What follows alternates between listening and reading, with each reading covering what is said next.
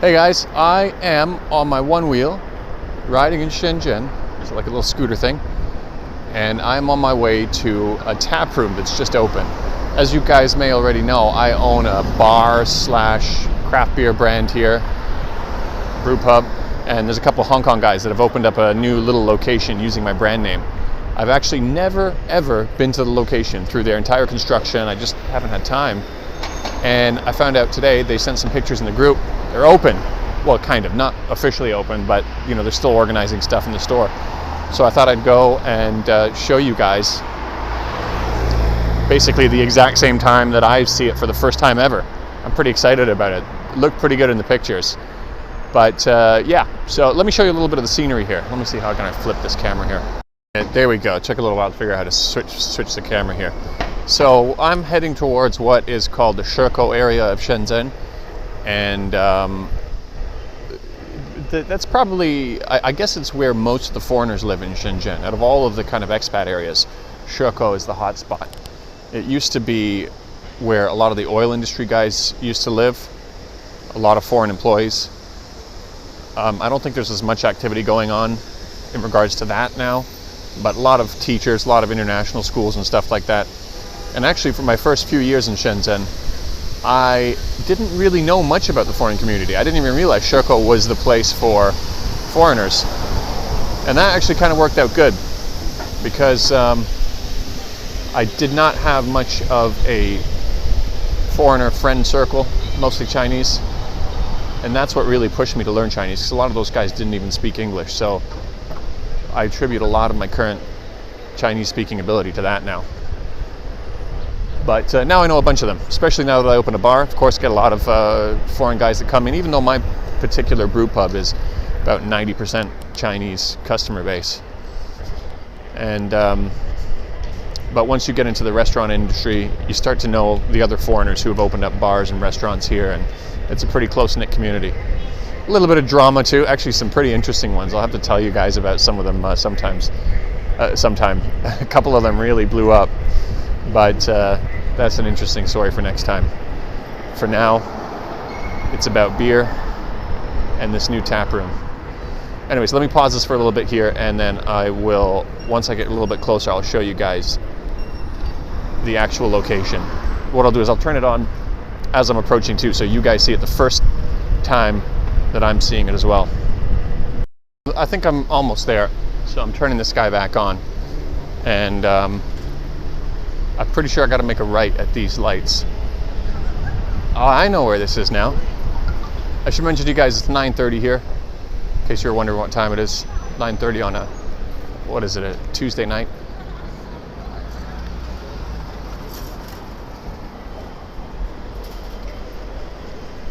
Okay, according to the map that I looked at earlier, which I can't look at now because I'm recording on my phone, it should be somewhere here on the right.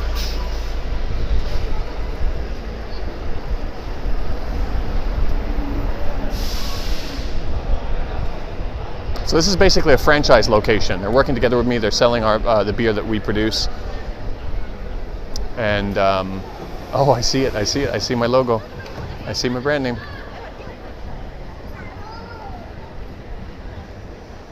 There she is.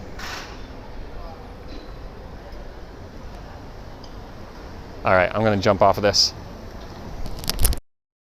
Mini， 是还没有完全好，对吧？但是那个已经有没有做什么那个广告，但是已经有人开始过来，他看到有一个，没有任何推广。然后有一些客户，他们本来是去我们那边的店里，然后这边比较方便，现在可以在这边喝。住在对面的人，哦，挺好。有没有喝那个新的那个 New England IPA？ 我也觉得那个现在是我最喜欢的。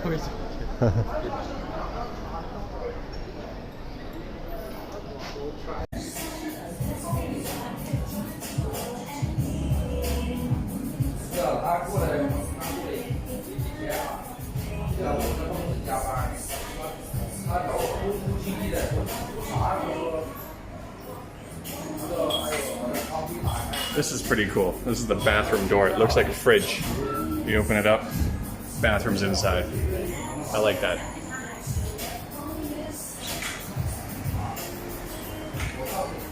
Okay, guys, I'm done at the tap room there. It's pretty cool. What time is it now? I don't know. It's like 10:30 now or something. I was there for an hour. But yeah, what you saw, it's not completely finished. It's a soft opening. They're planning on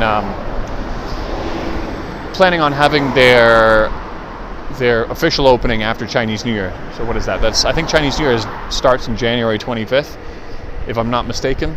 And then a couple of weeks out. You know, let me change the camera. Hold on. The scenery here is more interesting than my face. All right, there we go. Yeah, so they're planning on opening after January 25th, and they're going to open a lot more shops. They want to work together with me to do a few more around the city, and then hopefully around the country. Craft beer is expanding in China. It's come a long way since I opened my first shop.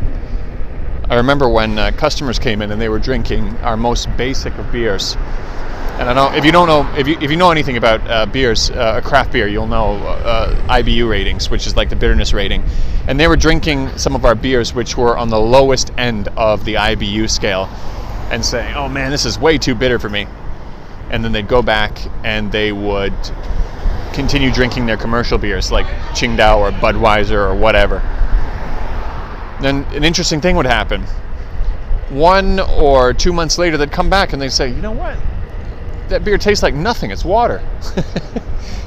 And so they'd start drinking our most basic beers, and then after a few months of being our customers, they'd be drinking our IPA or our double IPA, our most bitter beers, the highest beers on the IBU scale, and asking, "Okay, when are you going to get something more bitter?"